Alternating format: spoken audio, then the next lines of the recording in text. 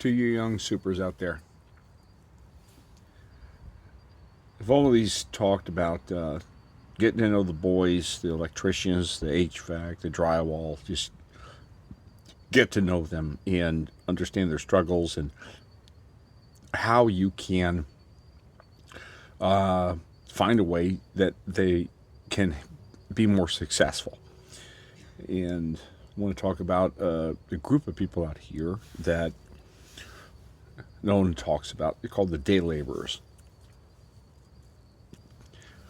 What is this stereotypical day laborer? There's some different categories.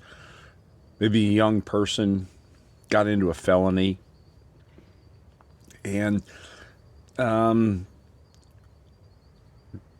they got to court and things didn't go their way, but they still want to be productive. And so companies like Day Labor, I think, are wonderful enterprises in this country where these people can show up and get paid at the end of the day for their effort.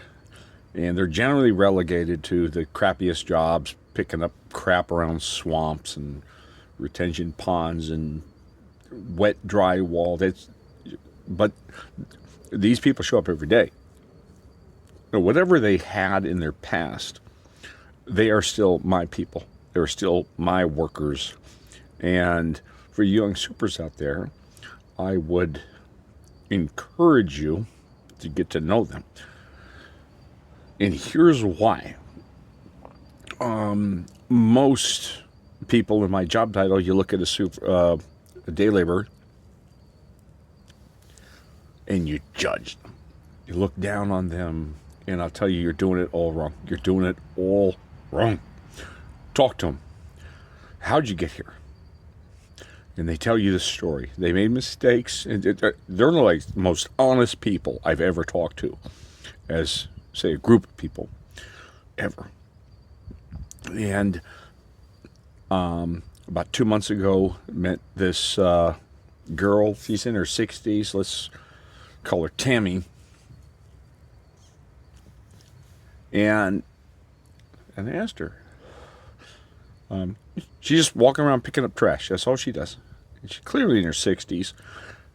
And she says, my husband is in nursing home, and the government is taking both of our Social Securities to pay for that expense. And so I'm just working for food.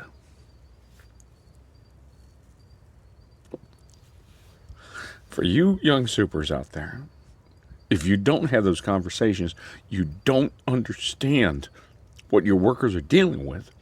It means you're not doing your job well.